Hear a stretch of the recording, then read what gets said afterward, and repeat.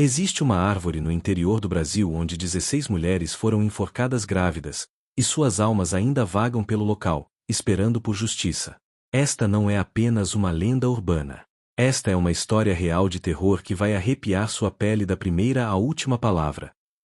Hoje você vai descobrir o espírito na árvore da enforcada, uma história de terror que mistura passado sombrio e vingança além túmulo.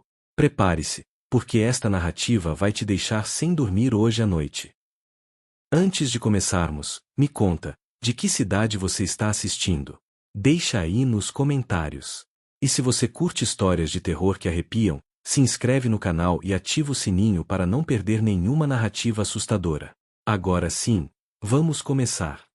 A névoa densa cobria a estrada de terra batida quando Marina chegou à propriedade herdada de sua avó. 3 meses haviam se passado desde o funeral, e ela finalmente reunirá coragem para visitar a velha casa colonial no interior. O advogado insistira que ela precisava resolver a papelada pessoalmente, algo sobre documentos que só poderiam ser encontrados no imóvel. A casa de 2 andares emergia da bruma como um fantasma arquitetônico, suas paredes brancas manchadas pelo tempo e descaso. Janelas escuras observavam a estrada como olhos vazios. Marina estacionou o carro e permaneceu sentada por alguns minutos, observando as cortinas esfarrapadas balançarem nas janelas superiores, embora não houvesse vento. Ao sair do veículo, um frio antinatural penetrou seus ossos, diferente da temperatura amena da tarde de outono. Foi então que ela viu pela primeira vez a árvore. Majestosa e retorcida, erguia-se no centro do quintal dos fundos, seus galhos nos estendidos como braços suplicantes ao céu cinzento. Uma antiga figueira que devia ter mais de 200 anos, com o tronco tão largo que 3 pessoas não conseguiriam abraçá-la completamente. Algo naquela árvore a perturbou profundamente. Não era apenas seu tamanho impressionante ou a forma como seus galhos pareciam formar rostos agonizantes quando vistos de certos ângulos. Era a sensação de estar sendo observada, medida, julgada por algo invisível que habitava entre suas raízes nodosas. Marina entrou na casa usando a chave enferrujada que o advogado lhe dera. O interior cheirava a mofo, madeira velha e algo mais que ela não conseguia identificar, um odor adocicado e desagradável que parecia emanar das próprias paredes. Móveis cobertos com lençóis brancos pareciam cadáveres aguardando em uma morgue. O silêncio era absoluto, opressivo, como se a casa estivesse prendendo a respiração. Enquanto explorava os cômodos empoeirados, Marina encontrou fotografias antigas espalhadas. Sua avó aparecia em muitas delas, sempre séria, olhando diretamente para a câmera com uma expressão que beirava o medo. Em várias fotos, a árvore aparecia ao fundo, e Marina percebeu algo perturbador. Em todas as imagens, sem exceção, havia uma mancha escura pendurada em um dos galhos superiores. Sempre no mesmo lugar. Sempre com a mesma forma vagamente humana. A noite caiu rapidamente, como se o sol tivesse sido sugado para baixo do horizonte. Marina decidiu passar apenas uma noite ali antes de contratar alguém para organizar tudo. Escolheu um quarto no 2º andar que parecia menos deteriorado que os outros. Da janela, tinha uma visão perfeita da árvore, agora uma silhueta negra contra o céu estrelado. Às 3 da manhã, Marina acordou com um som. Um rangido rítmico, como madeira velha se curvando sob peso. Levantou-se e caminhou até a janela, o coração acelerado. Sob o luar pálido, viu a árvore balançando suavemente, e naquele galho específico que aparecia nas fotografias, pendia uma forma. Uma silhueta feminina, girando lentamente na brisa inexistente, os pés descalços apontando para o chão a 3 metros abaixo. Marina correu escada abaixo, tropeçando na escuridão, e irrompeu no quintal. A árvore estava imóvel. Não havia ninguém pendurado em seus galhos. Apenas a noite silenciosa e aquele frio que parecia emanar do próprio solo. Mas então ela ouviu um sussurro suave, como folhas secas arrastadas pelo vento, formando palavras que gelaram seu sangue. Você voltou. Finalmente voltou. Marina não conseguiu dormir pelo resto da noite. Sentou-se na cozinha com todas as luzes acesas, bebendo café instantâneo enquanto o céu lentamente clareava. A cada momento, seus olhos eram atraídos para a janela e para a árvore que dominava o quintal.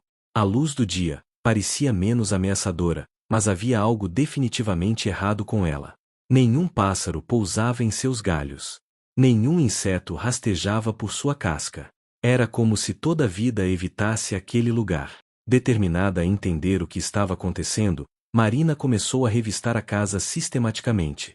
No sótão empoeirado, entre caixas de roupas antigas e móveis quebrados, encontrou uma mala de couro desgastada.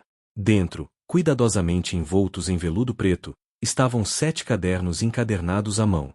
O primeiro tinha uma data, 1892. As páginas amareladas revelaram a caligrafia elegante de uma mulher chamada Helena Vasconcelos. Marina reconheceu o sobrenome. Era sua trisavó. O diário começava de forma mundana, descrevendo a vida na fazenda, os trabalhadores, as colheitas. Mas em março de 1892, o tom mudou drasticamente. A árvore sussurra meu nome à noite. Pensei que fossem os escravos recém-libertos ainda habitando as senzalas abandonadas, mas não. É a própria árvore. Joaquim diz que estou ficando louca com a solidão, mas eu sei o que ouço. Ela quer me contar algo. Algo terrível que aconteceu sob suas raízes. Marina folheou rapidamente, seu coração disparado. As entradas tornavam-se cada vez mais perturbadoras. Cavei ao redor da árvore ontem. Joaquim estava na cidade. Encontrei ossos. Muitos ossos. Pequenos demais para serem de adultos. Deus me perdoe, o que aconteceu aqui? Várias páginas depois, ela me apareceu pela primeira vez hoje. Uma mulher negra, jovem, pendurada no galho sudeste. Seus olhos abertos me olhavam acusadoramente. Quando pisquei, ela havia desaparecido. Mas eu sei o que vi. Ela estava grávida. Marina largou o caderno, tremendo. Pegou o segundo diário, datado de 1893.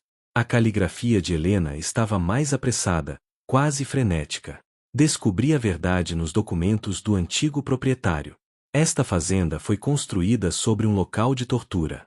Durante a escravidão, as mulheres que engravidavam dos senhores eram trazidas para esta árvore. Não podiam ter os filhos, representavam escândalos, heranças indesejadas. Eram enforcadas aqui, grávidas, e enterradas junto com suas crianças não nascidas. 16 mulheres em 50 anos. 16 almas condenadas a este lugar. As mãos de Marina tremiam enquanto lia. A última entrada do segundo diário estava escrita com tinta borrada, como se lágrimas tivessem caído sobre o papel. Estou vendo todas elas agora. 16 mulheres, todas com as barrigas inchadas de gravidez, balançando nos galhos. Elas não querem vingança. Querem paz. Querem que suas histórias sejam contadas. Querem que seus filhos sejam reconhecidos. Mas como posso fazer isso? Como posso corrigir tamanha injustiça? Os diários seguintes documentavam a descida de Helena à loucura. Ela via as mulheres constantemente, ouvia os choros dos bebês que nunca nasceram. Tentou exorcizar a árvore, queimá-la, até mesmo cortá-la. Nada funcionava. Os machados quebravam, o fogo não a tocava, os padres fugiam aterrorizados. O último diário tinha apenas uma entrada, datada de dezembro de 1895. Entendo agora. A árvore não quer ser destruída. Ela é testemunha. Ela guarda as memórias. Para libertar as almas, alguém precisa honrar suas histórias. Alguém da família dos opressores deve reconhecer o crime, dar nomes aos esquecidos, e fazer com que o mundo saiba.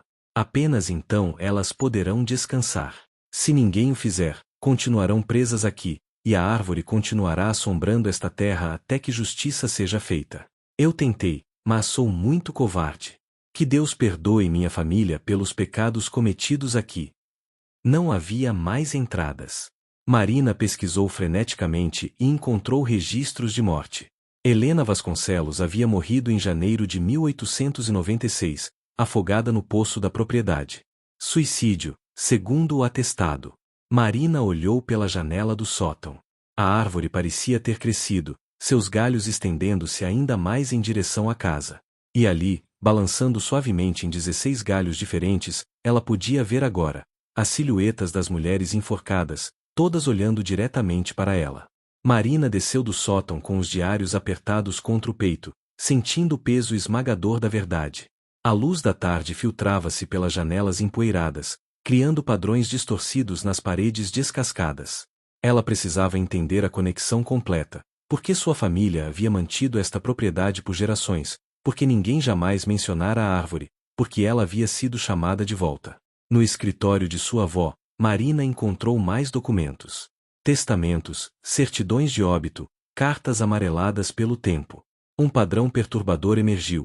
Todas as mulheres da família que haviam vivido nesta casa morreram de formas trágicas. Helena, afogada. Sua filha Carmen, queda fatal das escadas em 1923. A neta Isadora, encontrada morta no quintal em 1951, causa oficial, ataque cardíaco aos 28 anos. A bisneta Olívia, overdose de remédios em 1979. E sua avó, Teresa, havia morrido de causas naturais aos 62 anos, jovem demais considerando que todos os homens da família viviam até os 80 ou 90. O atestado de óbito mencionava insuficiência cardíaca aguda, mas Marina lembrava das últimas palavras da avó no hospital: não vá para casa. Não se aproxime da árvore. Ela está esperando por você. Marina havia ignorado, pensando que eram delírios da morfina. Agora entendia que era um aviso desesperado. Encontrou uma carta escondida no fundo de uma gaveta, endereçada a ela, com a caligrafia trêmula de sua avó. Marina, minha querida neta. Se está lendo isto, significa que falhei em protegê-la. A maldição de sangue nos persegue desde que o primeiro Vasconcelos comprou estas terras em 1840. Ele era um homem cruel que via as escravizadas como propriedade para seu prazer. As mulheres que engravidavam eram um problema, sua esposa não tolerava bastardos. A solução dele foi aquela árvore. Mas as almas aprisionadas lá criaram um vínculo com nossa linhagem. Cada geração, a filha mais velha é chamada de volta. A árvore a marca desde o nascimento. Você tem a marca, não tem? Aquela mancha de nascença no pulso esquerdo, em forma de folha? É por isso que nunca a trouxe aqui quando criança. Tentei mantê-la longe, mas a maldição é mais forte do que distância ou tempo. No seu 30º ano, a árvore a chamará. E você virá, porque a compulsão é irresistível. Há apenas uma forma de quebrar o ciclo. Você deve fazer o que nenhuma de nós teve coragem de fazer: dar voz aos mortos. Encontre os nomes das 16 mulheres executadas. Conte suas histórias. Exponha o crime. Apenas então a dívida de sangue será paga. Marina olhou para seu pulso esquerdo. A marca de nascença que sempre achará apenas uma peculiaridade genética agora parecia pulsar com vida própria. Era, de fato, perfeitamente em forma de folha de figueira. O sol começava a se pôr. Marina sabia que precisava agir rapidamente. No porão, encontrou registros antigos da fazenda, incluindo um livro de propriedades de 1840 a 1888, um inventário macabro de seres humanos escravizados. Os nomes estavam ali: Maria, 19 anos, falecida 1842. Joana, 22 anos, falecida 1845. Benedita, 20 anos, falecida 1848. 16 nomes.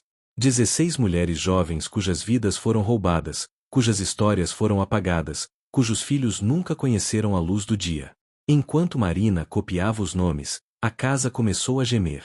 Os degraus rangiam como se alguém subisse as escadas. As portas batiam sozinhas. E através da janela do porão, ao nível do solo, ela podia ver as raízes da árvore. Estavam se movendo, serpenteando pelo chão como dedos famintos, aproximando-se lentamente da fundação da casa. Um sussurro múltiplo encheu o ar, 16 vozes falando em uníssono: você conhece nossos nomes agora. Mas conhecer não é suficiente. Você deve escolher: junte-se a nós na árvore, ou liberte-nos dela. Não há meio termo. Não há fuga. Ao cair da próxima lua cheia, você decidirá o destino de todas nós.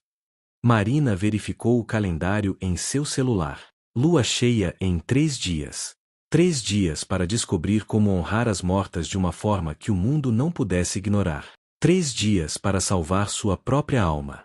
Marina passou os 2 dias seguintes em um frenesi de pesquisa. Dormia apenas quando o corpo desabava de exaustão, acordando sempre ao mesmo som, o rangido rítmico da madeira, como corpos balançando ao vento.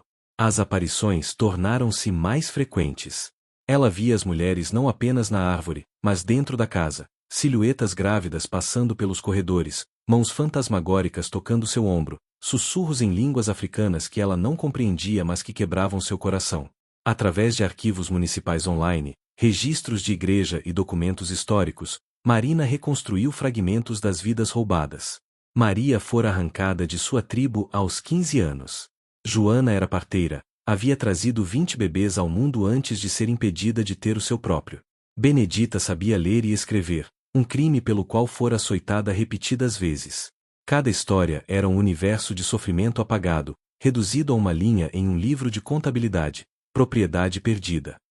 Na noite anterior à lua cheia, Marina finalmente entendeu o que precisava fazer. Não bastava conhecer os nomes, ela precisava torná-los impossíveis de ignorar. Precisava criar algo tão visceral, tão inegável, que obrigasse o mundo a testemunhar. Usando o laptop, criou um website memorial. Cada uma das 16 mulheres teria sua própria página com todos os detalhes que Marina havia descoberto. Seus nomes, idades, origens quando conhecidas, as datas de suas mortes. Incluiu fotografias da árvore, cópias dos registros históricos, trechos dos diários de Helena. Expôs o nome completo de seu trisavô, Augusto Vasconcelos, e seus crimes detalhados. Mas Marina sabia que um website não seria suficiente. Memória digital era frágil, facilmente esquecida. Ela precisava de algo físico, permanente, impossível de apagar. Contactou o jornal local, o Instituto Histórico Estadual, universidades com departamentos de estudos afro-brasileiros. Enviou a todos a mesma mensagem, a verdade sobre a fazenda Vasconcelos, com toda a documentação. Ofereceu a propriedade inteira para ser transformada em memorial, sob uma condição: que os nomes das 16 mulheres fossem gravados em pedra e colocados em lugar de destaque, para que nunca mais fossem esquecidos. Fez uma doação substancial de sua própria poupança para garantir que isso acontecesse. Assinou contratos. Tornou tudo juridicamente vinculativo. Não importava se ela sobrevivesse à noite, a verdade agora tinha vida própria. Quando a lua cheia finalmente surgiu, enorme e prateada, Marina estava pronta. Vestiu-se de branco e caminhou descalça até a árvore, carregando uma vela e os diários de Helena. O ar estava carregado de eletricidade, como antes de uma tempestade, embora o céu estivesse limpo. As 16 mulheres já estavam lá, penduradas em seus galhos designados, mais sólidas e reais do que Marina jamais as vira. Seus rostos não eram mais máscaras de agonia, eram expectantes, esperançosos. Marina ajoelhou-se entre as raízes nodosas e começou a ler em voz alta. Nome por nome, história por história, ela honrou cada vida roubada. Chorou por elas, reconheceu a injustiça cometida por sua própria família, pediu perdão em nome de uma linhagem manchada de sangue inocente. Maria, arrancada de sua terra aos 15 anos, enforcada aos 19, grávida de 5 meses. Seu filho teria se chamado João. Eu lembro você agora. Eu te vejo. Sua vida importou. Uma por uma, enquanto Marina falava seus nomes, as aparições começaram a mudar. Os rostos relaxavam. As cordas ao redor de seus pescoços se dissolviam em luz prateada.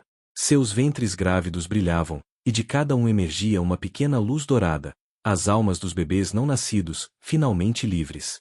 Benedita, que sabia ler e escrever, enforcada aos 20 anos, grávida de 6 meses. Sua filha teria se chamado Teresa. Eu lembro você agora. Eu te vejo. Sua história será contada. A árvore começou a tremer. Não violentamente, mas como se suspirasse após prender a respiração por mais de um século. A casca negra e retorcida começou a mudar, fendas se abrindo para revelar madeira nova por baixo. Folhas verdes, as primeiras em décadas, brotaram timidamente dos galhos.